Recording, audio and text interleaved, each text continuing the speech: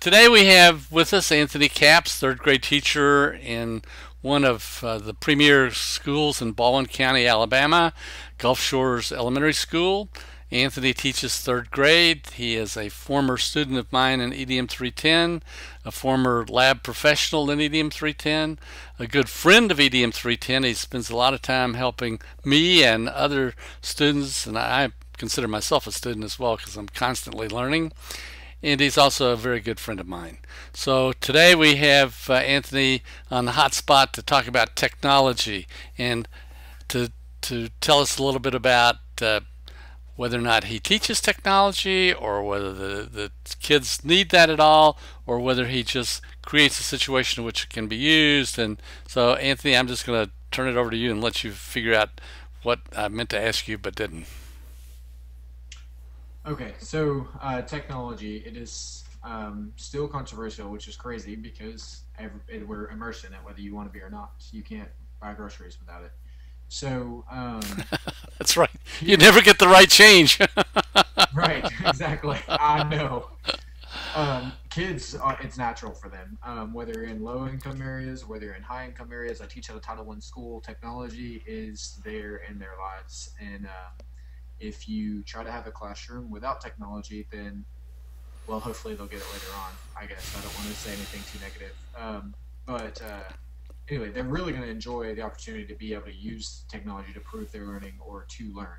So one of the things about technology is that you shouldn't teach it. It shouldn't be part of your curriculum. You should not have um, technology as something that is a list of things for you to get done in the day. But instead, when you're designing projects or when you're designing assignments, scaffold the technology that you're using. So, of course, on week one, I'm not going to have my students use Discovery Ed to create a video about a certain content, but I might have them use Discovery Ed to learn something. The next week, I might have them use the video portion of iMovie in order to create a reflection piece summary on the story we read. Okay, And let then me for interrupt the you there.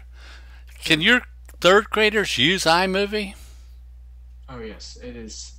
There's a red button. They know what the red dot means. They get to it, and Do you have to spend it's a lot of time teaching them how to I don't use spend any time.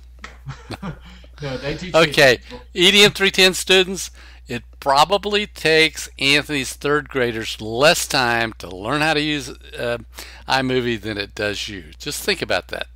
Or not much more if it does take a little longer. I'd bet on the side of the third graders myself. Okay, back to Anthony. Well, and you have to be. That's one thing about that I'm saying about the scaffolding. So I'm letting them use the research tool first. Then I'm coupling that with the video tool next, and then finally on the third week I might have them do a research project which requires a movie component to it. Okay, so that's where they're combining those two skills. And although there's tons of other technologies out there, I'm choosing one technology at a time to focus on, and I'm making sure that they have an opportunity to review and continue using that technology in their learning. So the benefits of that is they're getting to express themselves, so they're getting to create, and it's free typically. It's a one-time purchase most of the time. So it is not something to where you're having to buy more supplies in order for them to create. It's clean, so you're not having to clean up spills and markers and all that other kind of stuff. I hadn't thought And they're about getting that. to apply it. There's a huge benefits to it because it's shareable. It's very shareable. So and it's for real. It gets them used to using tools that they're going to be using, hopefully, which is probably not true, when they're 20, which is very untrue. I don't even know why I said that. They're not going to be using these tools, but at least they It'd be new will have tools. experience Right. using technology leading up to those tools.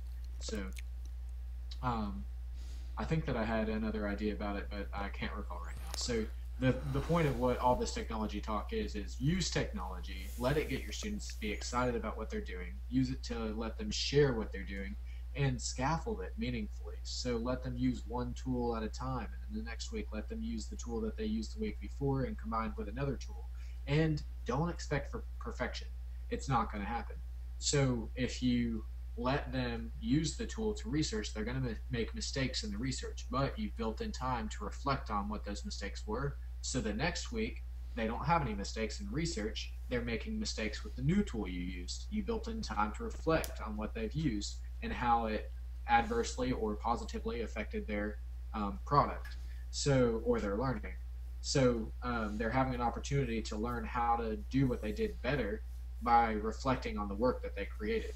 So they're talking about the content, they're talking about how the technology impeded them or how it helped them.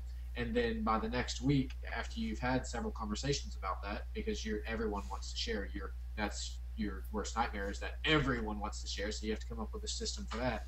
And then the next week, they've got those two skills mastered, and it's time to give them an opportunity to show that they've mastered the content, they've mastered the technology, and you're scaffolding it just like you would scaffold anything else.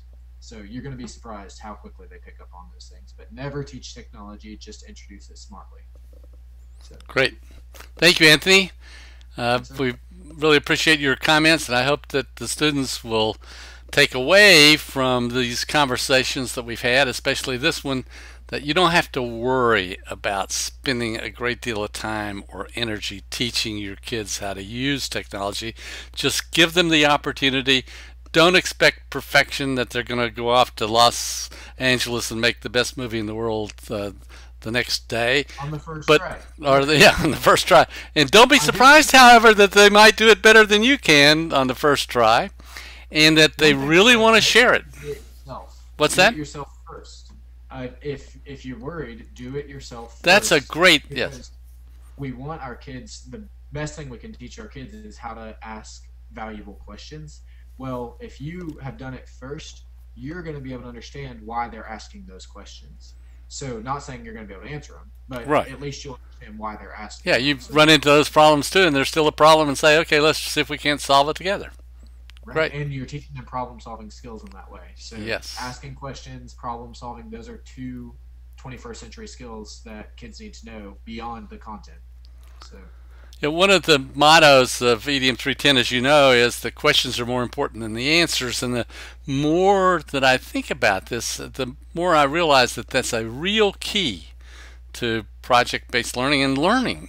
That it's asking the questions that's important, because that gives us a platform on which we can go out and try to figure out maybe not an answer, but at least a step toward an answer. And that we're all involved in this. I'm involved in it, you're involved in it. If we sat down and made a list of all the things that we've learned in the last 6 weeks or a month or a year or 2 or 5 years, it would be an incredible list, at least for me. And that's what really makes it exciting, and why, even though it's difficult, I still love teaching. It's a real rewarding job.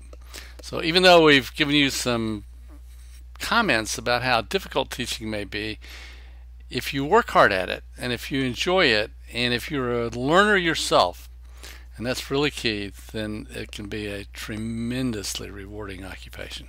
You agree? All right. Great. Thank you, Anthony. Appreciate that, and we'll be back to talk to you more about being a teacher in the 21st century.